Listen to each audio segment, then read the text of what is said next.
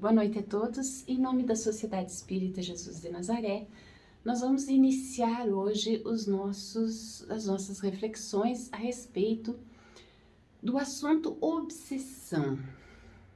Rogamos então a Jesus, nosso mestre, nosso irmão, nosso guia, que nos auxilie a compreender os meandros que envolvem a influenciação espiritual sobre nós e que, ao terminarmos essa reflexão, possamos sair mais fortalecidos, confiantes nas bênçãos e na direção que Jesus pode nos dar para que cresçamos, para que tenhamos na nossa evolução uma caminhada firme de amor ao próximo, de perdão aos nossos ofensores, angariando assim também o nosso auto-perdão e o perdão divino. Comecemos então. Muito bem. O título dessa palestra de hoje, dessa reflexão de hoje, é Eu e Minhas Testemunhas. E eu tirei esse título de uma fala de uma carta de Paulo, em que ele dizia que estamos sempre rodeados por uma nuvem de testemunhas. Quando no Livro dos Espíritos, a pergunta 459 é feita aos espíritos por Kardec e ela é colocada dessa forma: influem os espíritos em nossos pensamentos e atos? E recebemos essa resposta: muito mais do que imaginais, influem a tal ponto que de ordinário são eles que vos dirigem. Isso suscita na gente uma certa estranheza, porque o nosso orgulho, a nossa vaidade, não nos permite imaginar que nós não estamos completamente donos de nós mesmos. A não ser que seja para nos defendermos, né? Se a gente faz alguma coisa errada ou fala alguma coisa que não devia e depois se arrepende, é conveniente para nós dizermos: nossa, não era eu ali, eu estava possuído. A gente fala até brincando isso, mas a gente diz: não, eu estava fora de mim, quando é para nos defendermos. Mas se a gente faz coisas boas, né, a gente gosta de levar crédito. Fui eu que fiz, é porque eu sou bom, é porque eu já estou no estágio em que eu compreendo melhor. Então, nós não gostamos, em primeiro lugar, dessa ideia de que os espíritos nos dirigem, especialmente se forem espíritos inferiorizados, porque obviamente que nós adoramos pedir ao nosso anjo da guarda direção. Quando algum familiar da gente vai sofrer uma cirurgia, nós não temos problema nenhum em pedir que os bons espíritos guiem as mãos dos cirurgiões.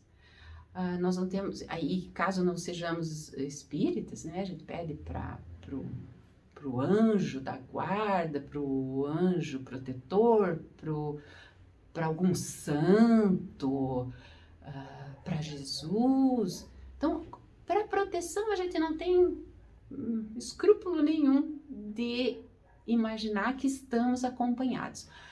Agora, para coisas mais inferiorizadas, a gente não quer estar mal acompanhado. A gente já até ouvimos dizer: imagine que Deus vai permitir que algum espírito inferior fique comigo, eu que sou uma pessoa que só quer fazer o bem, não faço mal para ninguém. Eu imagino que Deus vai permitir isso, né?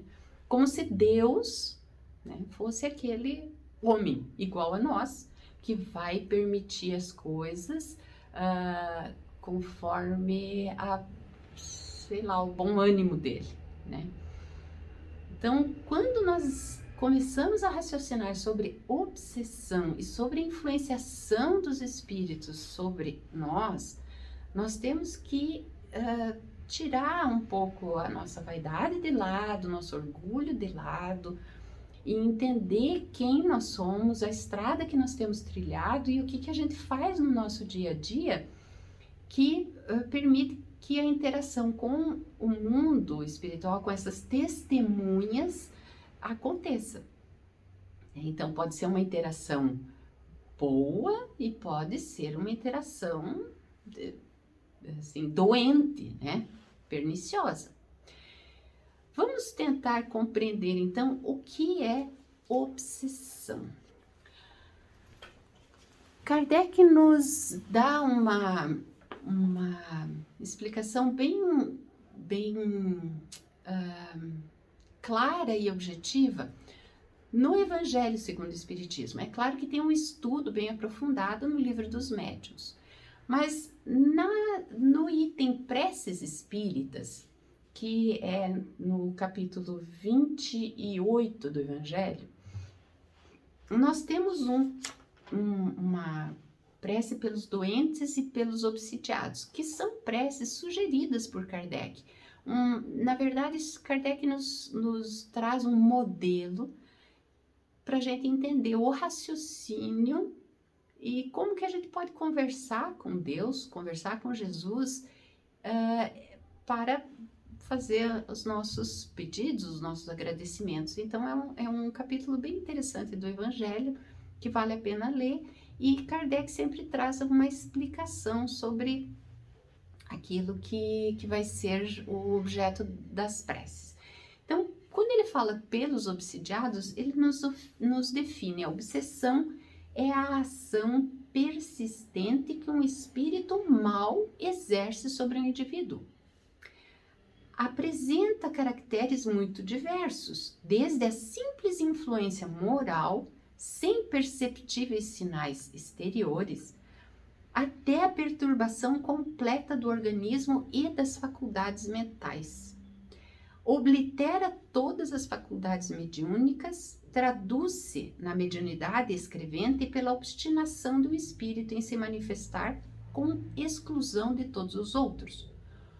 Os espíritos maus pululam em torno da terra, em virtude da inferioridade moral de seus habitantes. A ação malfazeja que eles desenvolvem faz parte dos flagelos com que a humanidade se vê a braços neste mundo. A obsessão, como as enfermidades e todas as tribulações da vida, deve ser considerada prova ou expiação e, como tal, aceita. E aí ele fala que, assim como as doenças resultam de imperfeições físicas, a obsessão é resultado de uma imperfeição moral. E aí a gente dá acesso a um espírito mau. Então aqui começa um raciocínio que a doutrina espírita sempre nos coloca, que é o da nossa responsabilidade sobre tudo que acontece sobre nós. Então, se eu estou sob a influência de um espírito mau, eu não sou uma vítima, eu sou alguém que sintonizou com esse espírito, sou alguém que está adoentado moralmente e por isso eu fiz essa ligação e permiti que haja essa influenciação que pode chegar a uma completa tomada, vamos dizer, das minhas vontades. Eu perco toda a vontade. Então, vamos entender quais são os níveis de obsessão. Então, os espíritos nos explicam que existem alguns níveis. Nós vamos iniciar com um que não está aqui detalhado por Kardec. Ali, Kardec começa com a obsessão simples, depois com fascinação e subjugação.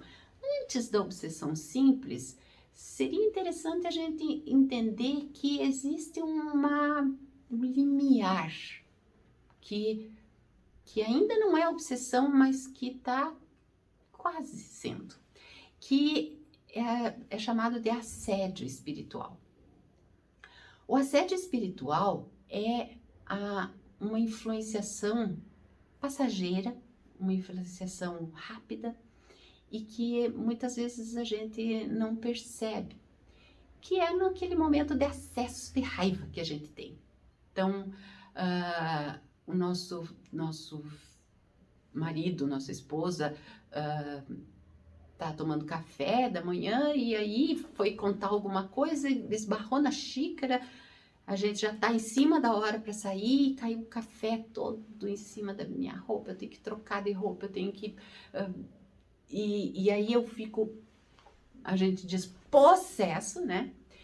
Brigo, quebro a xícara, saio batendo porta, daí não acho mais a roupa que eu podia trocar, eu saio cantando pneu, acabo brigando no trânsito porque cortei alguém à frente de alguém ou alguém cortou a minha frente e o meu dia vira uma confusão porque eu tô obsidiado? Não necessariamente, mas porque eu deixei, naquele acesso de raiva que eu tive, eu abri uma portinha para um assédio.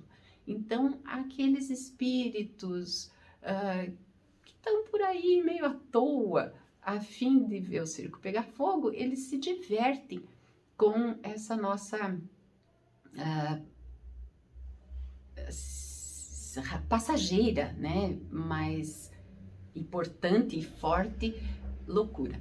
Né? A gente fica louco por uns momentos, depois volta para casa e fala para a esposa, nossa, não precisava ter feito aquilo, desculpa, nossa, foi uma bobagem, né, não, mas também eu estava muito nervoso, que eu estava com pensamento no que eu tinha que fazer, a gente sabe que estava errado, a gente se desculpa, e aí continua a vida, né?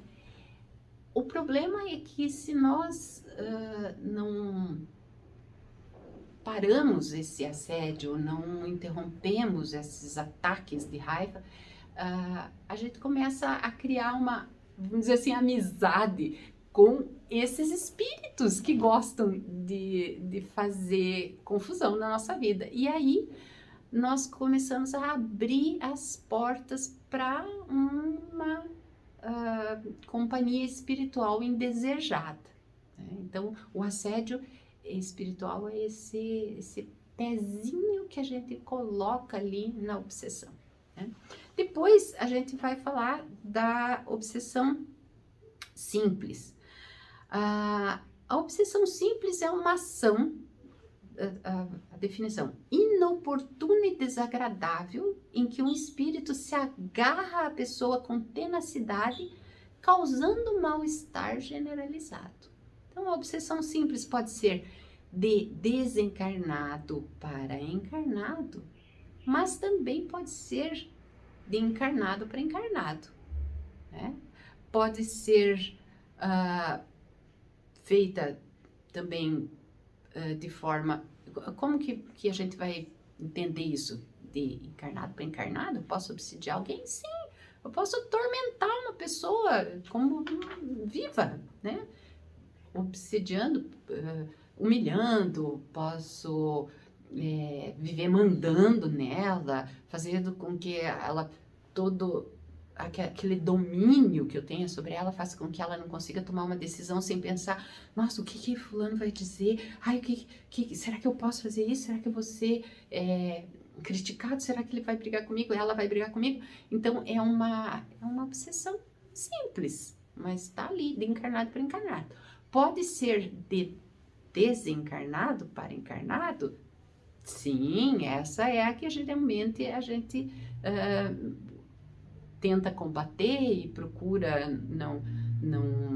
que não nos faça mal e reza para que vá embora e enfim, essa é aquela de alguém que nos conheceu em algum momento aqui na Terra e no momento presente está no mundo dos espíritos e não gosta de alguma coisa que nós fazemos, não está contente com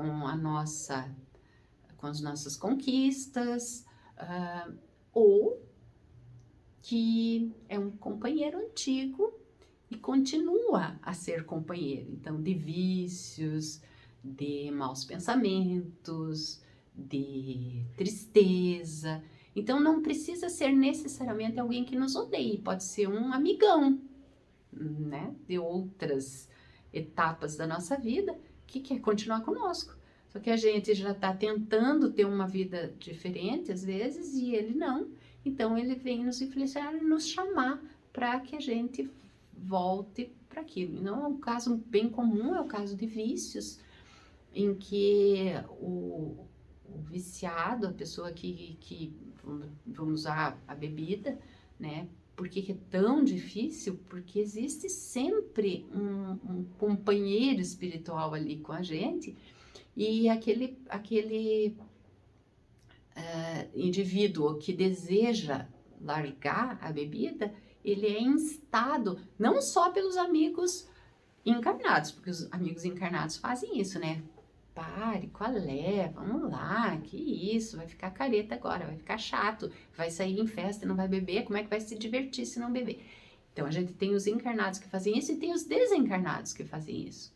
Então, largar um vício é uma coisa que você tem que ter muita força de vontade e transformação moral para afastar tanto os encarnados quanto os desencarnados, para que eles entendam que você realmente está transformado. Porque senão, aquele assédio, quando você está melhorando, vem aquele convite insistente e você não consegue superar a vontade, né, de tomar alguma coisa alcoólica.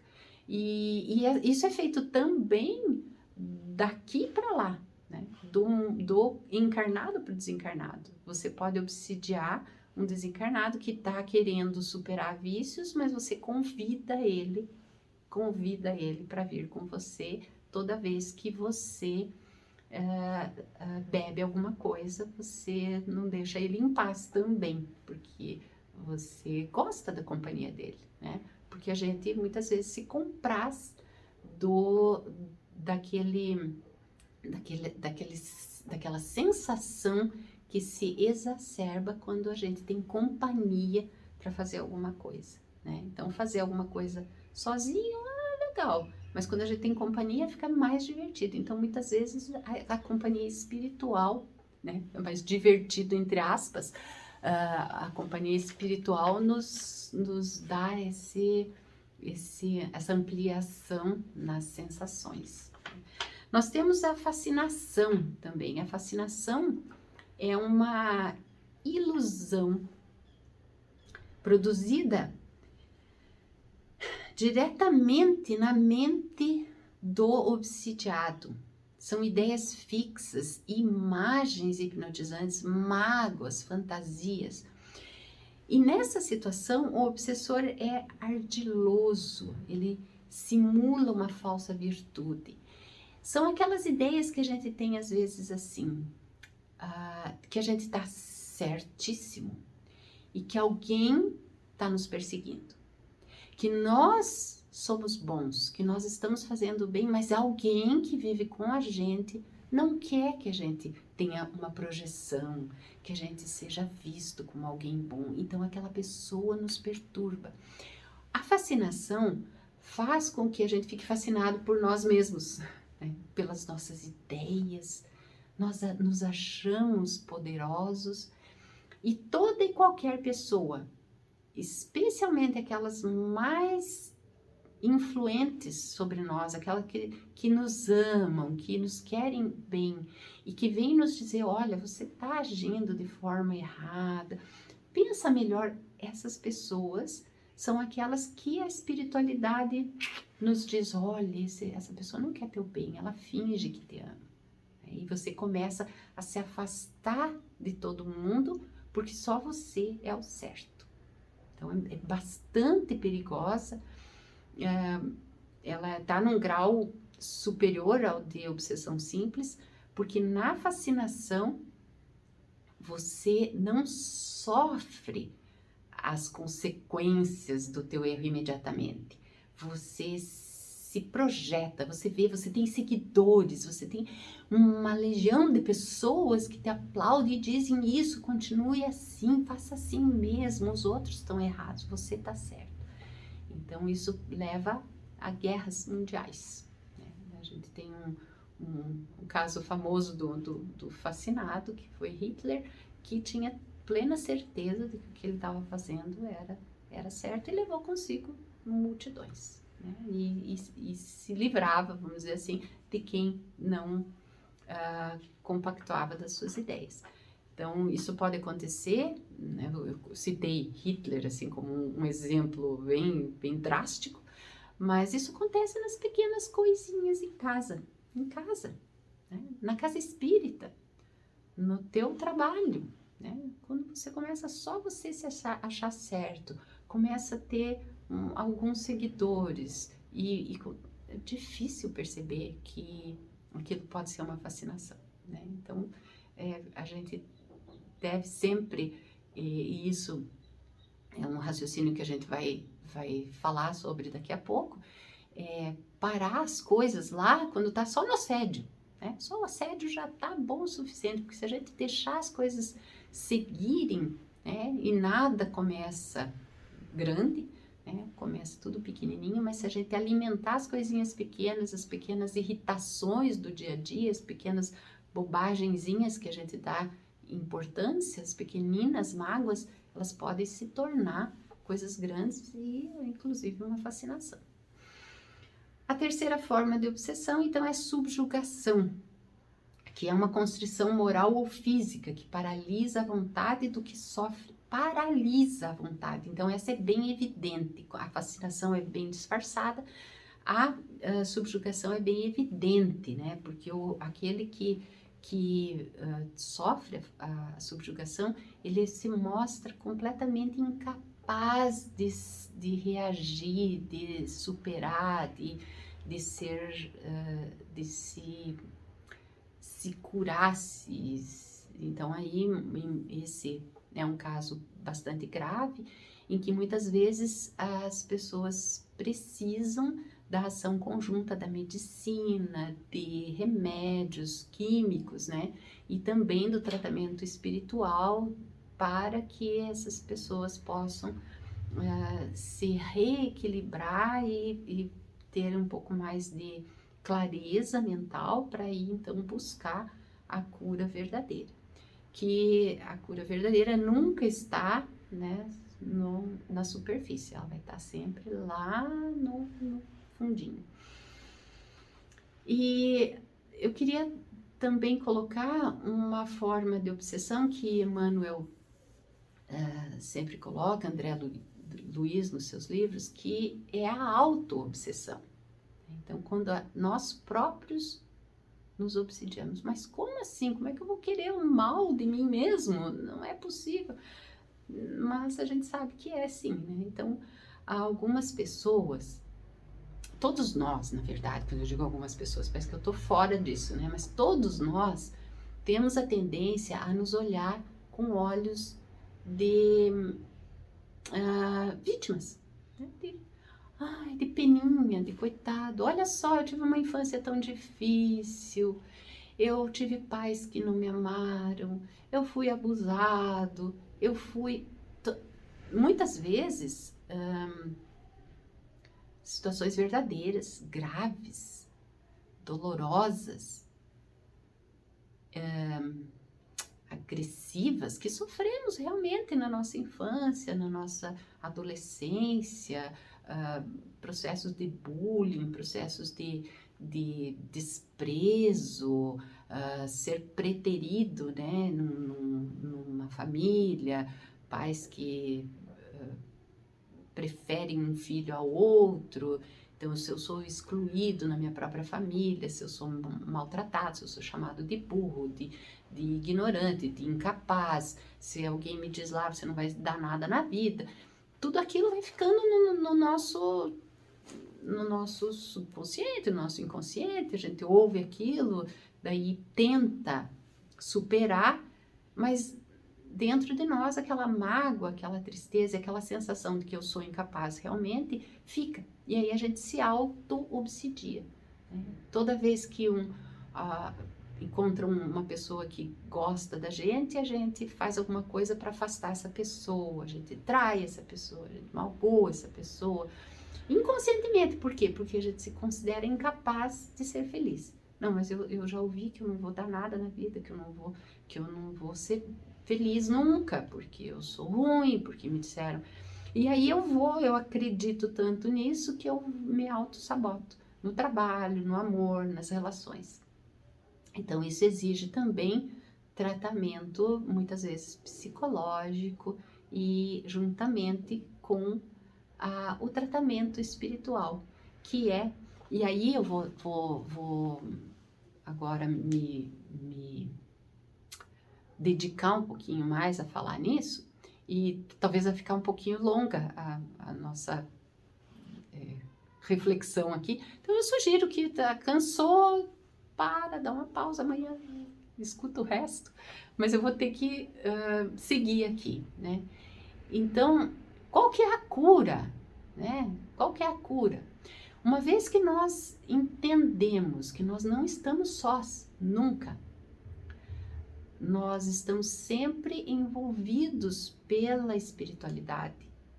E não só pelo nosso anjo da guarda, não só pelos espíritos protetores, familiares, simpáticos, que nos procuram nos dar boas intuições, mas que conforme o nosso comportamento, nós também atraímos e estamos envoltos nessa nuvem de testemunhas que podem ser espíritos inferiorizados. Como é que eu faço para que eu selecione melhor esses amigos? Para que eu me afaste da espiritualidade inferior e para que eu esteja sempre envolvido e amparado, intuído pelos bons espíritos. Tem duas palavras para gente: reforma moral. Simples assim. E o que envolve a reforma moral? Né? Parece que é simples. Não, eu vou ser melhor. Mas para você ser melhor, você precisa de uma porção de coisas. Você precisa, em primeiro lugar, do autoconhecimento. Quando nós olhamos para dentro de nós mesmos e enxergamos quem nós somos de verdade, é só aí que pode se iniciar um processo de reforma moral. Não tem como nós transformarmos algo que nós não sabemos que tem que ser transformado. Então, enquanto eu não olhar para mim, sem aquele olhar de pobrezinho, mas eu sou assim porque nossa, eu sofri tanto na minha infância. Mas como é que eu vou ser diferente? Ou, não, mas eu ajo assim porque não tem outro jeito para agir. Então, quando a gente tirar de lado essas desculpas que a gente coloca e se enxergar, não, olha, eu sou uma pessoa orgulhosa, eu sou uma pessoa magoada, eu sou rancoroso, tá? Agora, o que eu vou fazer com isso? Eu tive um passado difícil. E o que eu vou fazer com isso? Então, quem que eu vou procurar para começar a encontrar o reequilíbrio das minhas forças? Qual profissional que vai me ajudar? Qual a religião que vai me ajudar? Qual a filosofia que vai me ajudar? O mundo está repleto de ajuda ao nosso alcance, ao alcance da nossa mão. Mas a gente precisa enxergar em nós mesmos a necessidade de buscar essa ajuda. Se eu estou naquele processo de quase fascinação, achando que realmente, como que eu não vou ter mágoa? Como que eu não vou ter ódio? Como que eu não vou... É claro, eu estou certo, eu fui maltratado, né? Eu enquanto eu não enxergar que eu posso me libertar de tudo isso através do auto-perdão e do perdão ao próximo, do amor ao próximo, da compreensão de que nós estamos todinhos na mesma barcaça, né? Não é um barquinho, não, é um barco bem grande, cheio de gente. Todo mundo igual. Então, o mal que alguém me fez não foi muitas vezes intencional, foi porque era o reflexo do mal que alguém já tinha feito para aquela pessoa, era o que aquela pessoa podia fazer, conseguia fazer, sabia fazer. E se eu começar a enxergar as pessoas dessa forma, todas elas, sem intenção de maldade, sem direção de maldade, quer dizer, eu não era a vítima, ela não queria, não era nada pessoal, era só o que ela conseguia fazer e eu, por acaso, né? A gente sabe que não existe acaso, mas por acaso eu estava convivendo com aquela pessoa e fui a que foi a que recebeu toda aquela carga de negatividade, mas era o que a pessoa conseguia fazer, ela não fez diretamente para mim. Então, quando eu começo a entender isso, eu começo o processo de cura, o processo de compreensão de que eu tenho um espírito adoentado pela mágoa, pelo rancor, pela tristeza, pela preguiça, pela vaidade, pelo orgulho.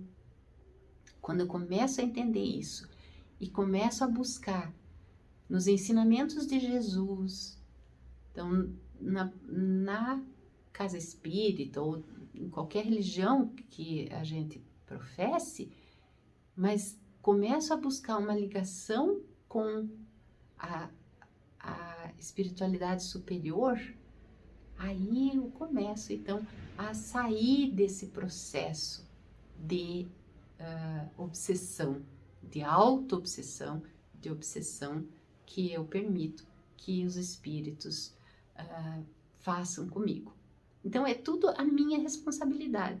Eu estou rodeado, sim, de uma nuvem de testemunhas, mas eu seleciono. E nisso eu tenho todo o poder de selecionar quem que está me acompanhando. Como? Com o meu comportamento, com a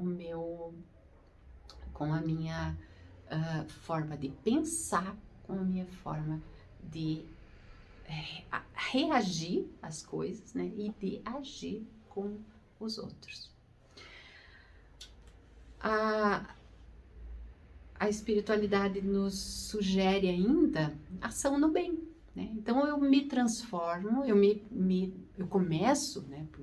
Esse processo de transformação é gradual, é lento, mas eu começo a entender que eu tenho que me transformar, que eu tenho que parar de me auto-sabotar, e aí eu começo a parar de olhar para mim mesmo e começo a olhar o outro, o próximo, e aí começa um trabalho no bem. Toda vez que eu começo um trabalho no bem, então eu atraio para perto de mim espíritos interessados no trabalho do bem. Muitas vezes eu posso sim incitar a ira ou a raiva daqueles espíritos que não estão interessados no trabalho do bem. Então eles podem vir e tentar boicotar aquilo que eu estou fazendo. E aí vai depender, então, desse trabalho de autoconhecimento, para eu entender que não é de mim esse pensamento que, não vai dar certo. É de fora esse pensamento. Eu vou continuar nesse projeto de ajudar o próximo, de trabalhar na casa espírita, né? Então, eu vou me oferecer para trabalhar na casa espírita, nesse processo de cura. E aí, o obsessor começa, mas não vai dar certo. Mas você queria trabalhar nisso, mas eles te puseram para trabalhar naquilo. Um trabalho inferior às tuas capacidades. Eles não estão percebendo como você é bom. Eles não estão percebendo, não estão te dando valor. Aí você já passou ali por aquela fase do autoconhecimento. Você Percebe? Ó? Isso não é de mim. Isso é uma influenciação exterior. Eu vou sim fazer o trabalho humilde que estão me dando para fazer, porque é um trabalho. E eu estou disposta a trabalhar na casa espírita, seja o que for que me derem para fazer. Aí, se depois que eu fizer esse trabalho humilde, eu tiver a oportunidade de fazer alguma outra coisa, que bom. Senão, eu continuarei no trabalho humilde, porque o meu objetivo é trabalhar no bem. Enfim, e aí o que você faz? Aquele espírito que estava ali te tirando a vontade, te desanimando, ele fala, não consegui, vou atormentar outro. E é isso, é simples assim, né? Mas requer estarmos despertos, né? Para os nossos sentimentos, para aquilo que nós realmente queremos. Eu vou encerrar com uma parábola de Jesus que eu acho que vai trazer para a gente talvez um fechamento interessante.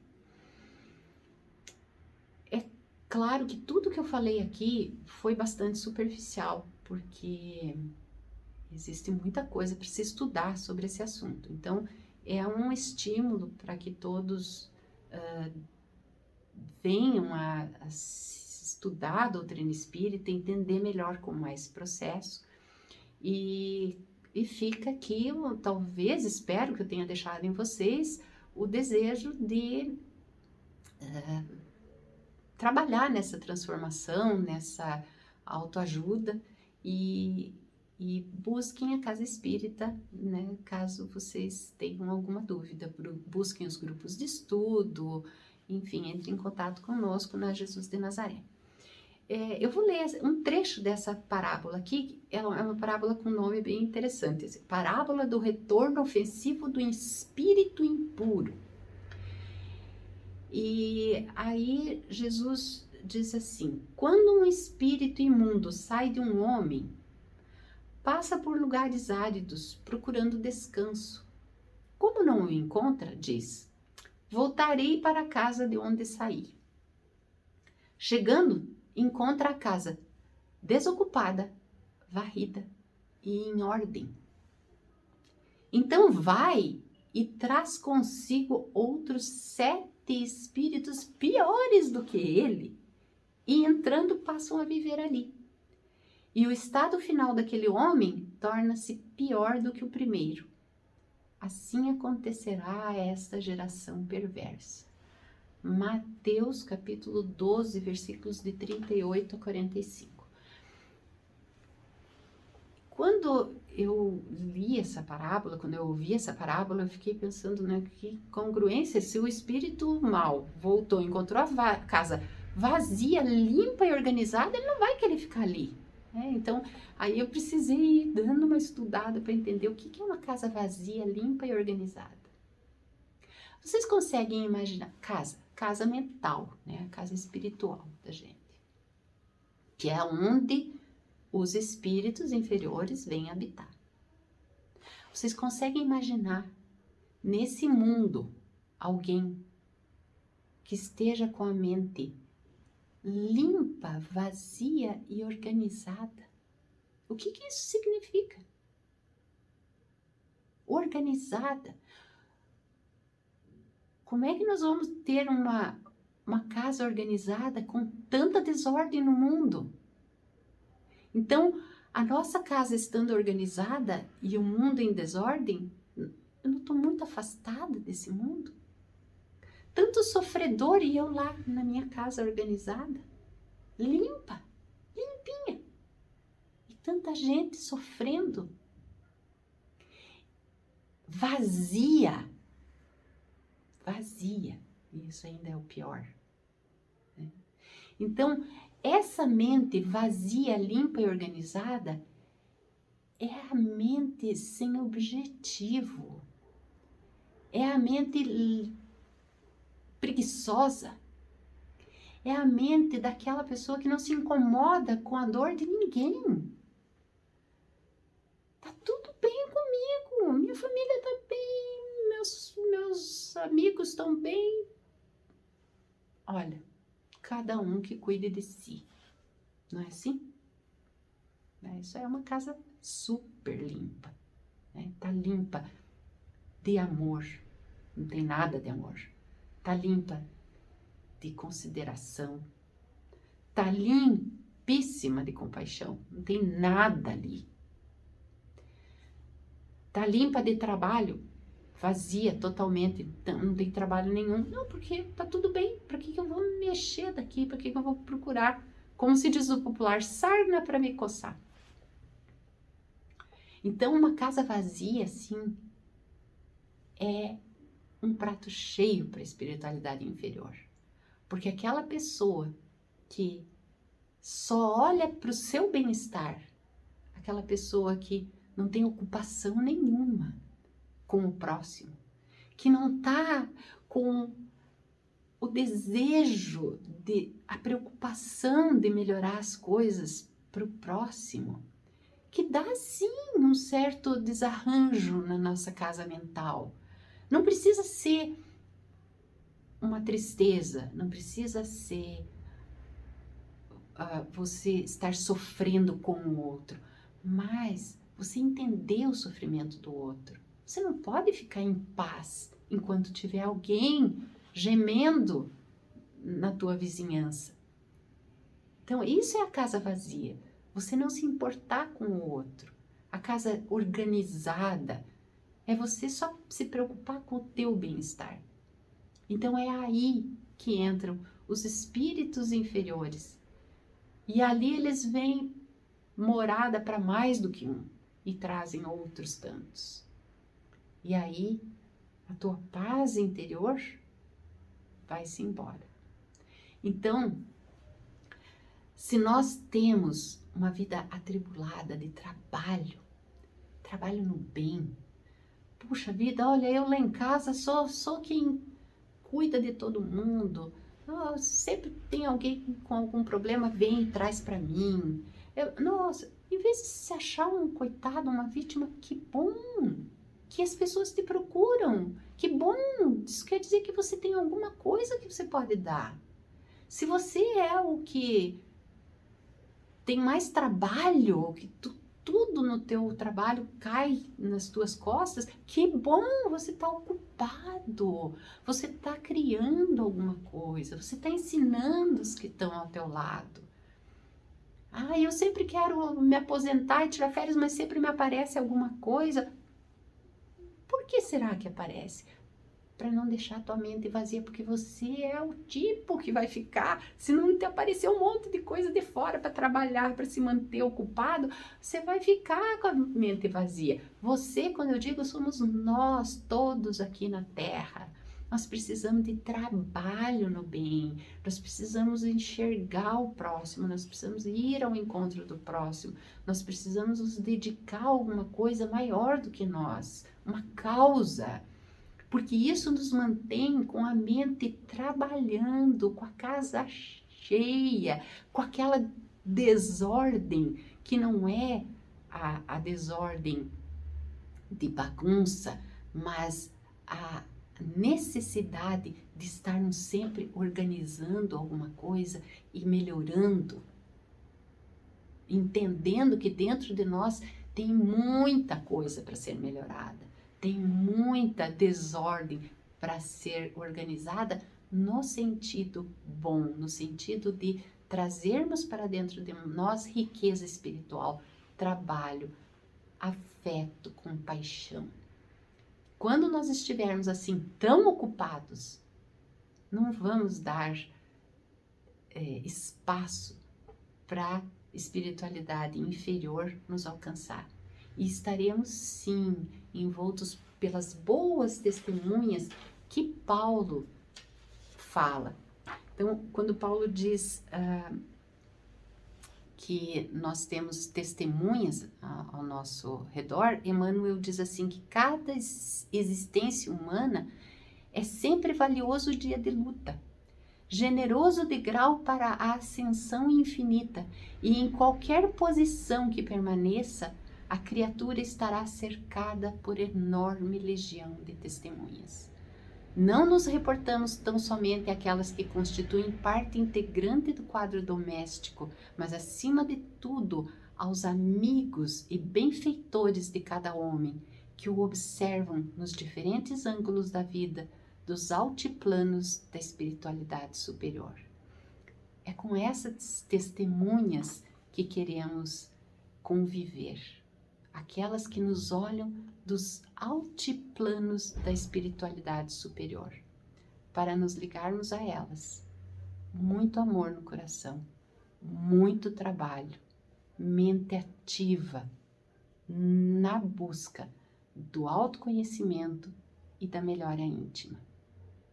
Bom trabalho a todos, muita ocupação e muita alegria de termos conosco a espiritualidade superior, vibrando, torcendo e esperando que a gente abra as portas para que elas entrem.